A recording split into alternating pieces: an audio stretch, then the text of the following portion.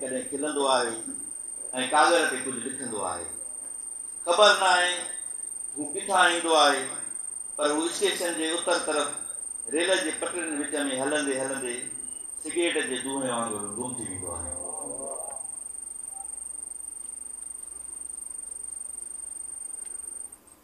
जीअरे हुजण जी अदाकारी कंदड़ शख़्स सोचे थो हुनजे दोस्त जी सालगिरह हुन खां सवाइ छुटी अचे। सालगिरह जो गीत ॿुधंदे हू पंहिंजनि सुर्गनि सां सिमजी वञे थो।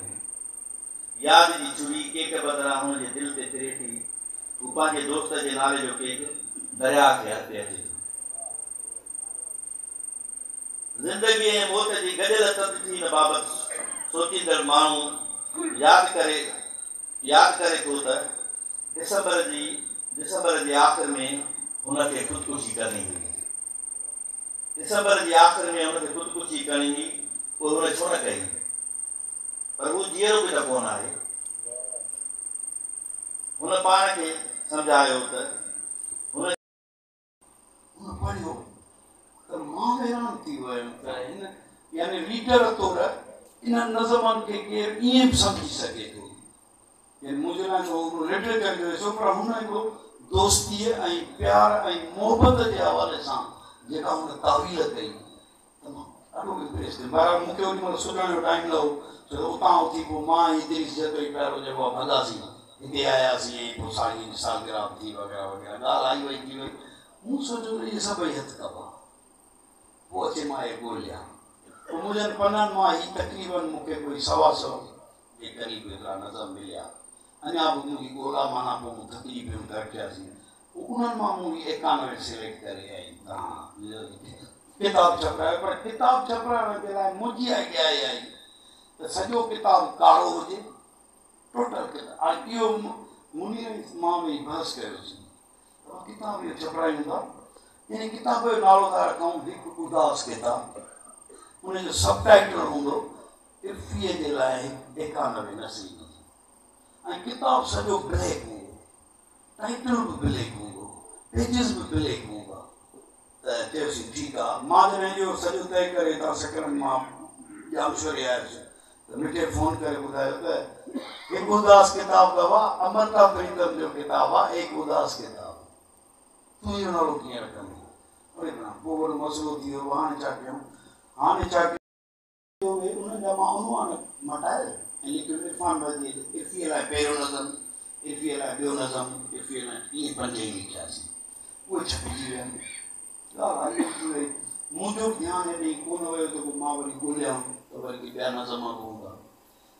त मेहरान कुंडेरा जी वफ़ात थी हुई। मूंखे मोहतरमा अमर सिद्धू साहिबा फ़ोन कयो त असां हिकिड़ो प्रोग्राम रखियो आहे, उन्हनि तव्हां अची ऐं मेहरान कुंडेरा ते असां सां वेही ॻाल्हायो। ठीकु आहे, तव्हां डेट ॿुधायो। इतफ़ाक़ सां उन्हनि डेट उहा ॾिनी जेका मिठे मुनीर साईं जी सालगिरह जी तारीख़ हुई। त मां उन्हनि खां माफ़ी वरिती त न मुंहिंजे दोस्त जी सालगिरह आहे। मेहरान कुंडेरा त मरी वियो, उहो मूंखे वणे थो, पर हाणे उहो त गुज़ारे वियो आहे। त मां वेंदुसि सक्रांत। हुन ॾाढी मिनतूं कयूं, प्लीज़ तव्हां हाणे अचो। पोइ ॿाहिरां मुख़्तसर उते जॾहिं मां वियुसि त हुन माईअ मुंहिंजो तारुफ़ जॾहिं करायो त हुनजे हथ में मुंहिंजो इहो किताबु हो, तुंहिंजी अखि उणे थी मूंखे। हीअ मुंहिंजी नज़री नज़मनि जो किताबु हो।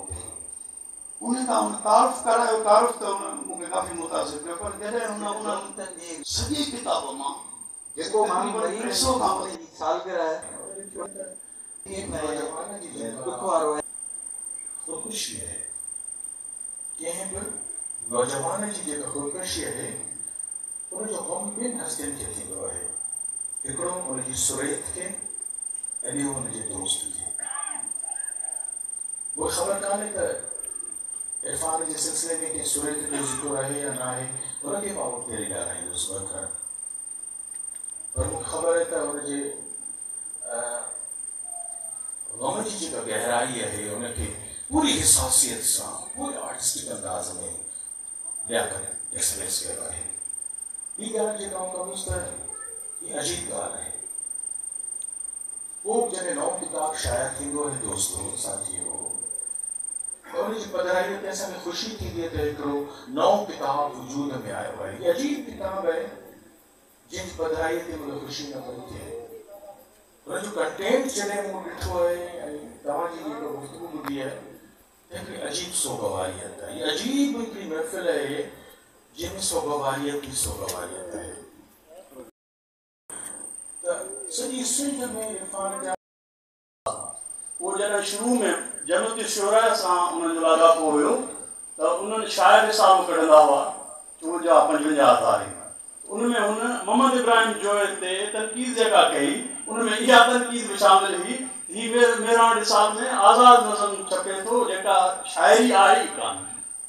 वरी पोइ नसरी नज़म ते हिकिड़ो दफ़ो असांजो तमामु गज़ल जो ख़ूबसूरत शाइर उते हिकिड़े नौजवान नसरी नज़म पढ़ियो त हुन सदारत छॾे हलियो वियो ऐं चई त मां हिन फिल्म में शाइरी आहे कान, ही नसर वफ़ा नथन चाहिए हिकिड़ी सदारत बाक़ाइदे जी उहा छॾी।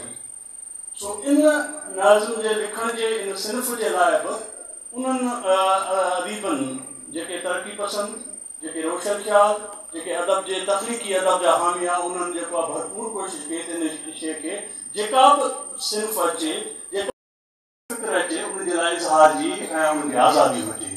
ऐं अॼु दुनिया में हिन साल ई तव्हांखे यादो आहे त ॾखिण कोरिया में जेको आहे उनखे जेको शाइर खे नोबेल प्राइज़ मिलियो आहे।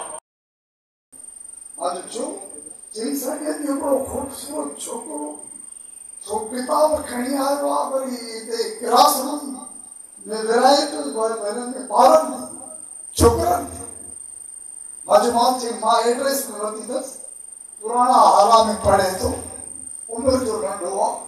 मां चयो न मूंखे एड्रेस ॾे त मां वींदोमांसि।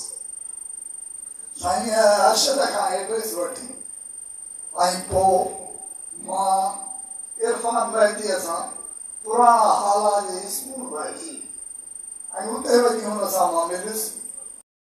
की अर्शद ॿुधायो तूं सकरन आहीं? मां सकरन रहंदो आहियां ऐं मां GSM स्टूडेंट फेडरेशन जो सदर आहियां नवाब शाह जो। ऐं मां चाहियां थो त असांजी ॿारनि जी तनज़ीम लतीफ़ ॿारड़ा संगत, छो त उहो मिडिल क्लास, त जेकॾहिं तूं उन में अची हुन बसि पोइ त साईं हो तूं साईं टुटी वियो, मूंखे छॾे ई न पियो त मानी का हे कर।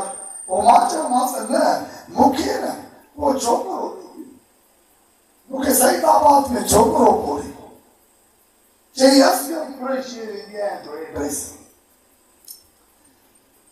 मुंहिंजो त कमु इहो छोकिरा जे बुज़ुर्ग छा चयो त छोकिरनि खे ख़राबु करणी आहे, ॿियनि लफ़्ज़नि में उन्हनि खे इनकलाबी करनि, तो ख़राबु न चइजे।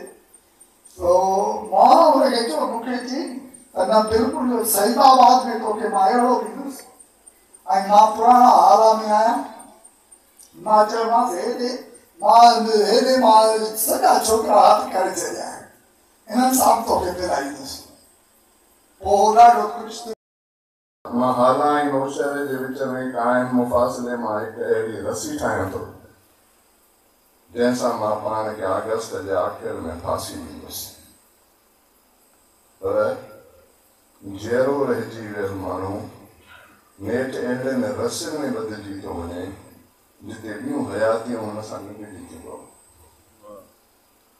मौत खां बची वियल माण्हू पाण खे ख़ुशकिस्मत सम्झंदो आहे, पर ख़ुदकुशीअ मां बची वियल माण्हू पाण खे शर्मिंदो महसूसु कंदो आहे। मां हाणे 3 भेरनि ढुकी आहियां। ज़ख़्मीअ खे राईअ जो 1 साल पूरो थियो। उहे 365 ॾींहं ॼण त 365 खंजर हुआ जेके ख़ुदा कंहिं शाइरी ॿिनि दोस्तनि जी हिकिड़ी अहिड़ी कहाणी आहे जेका सुभाणे ईंदड़ वक़्त में काफ़ी कुझु सालनि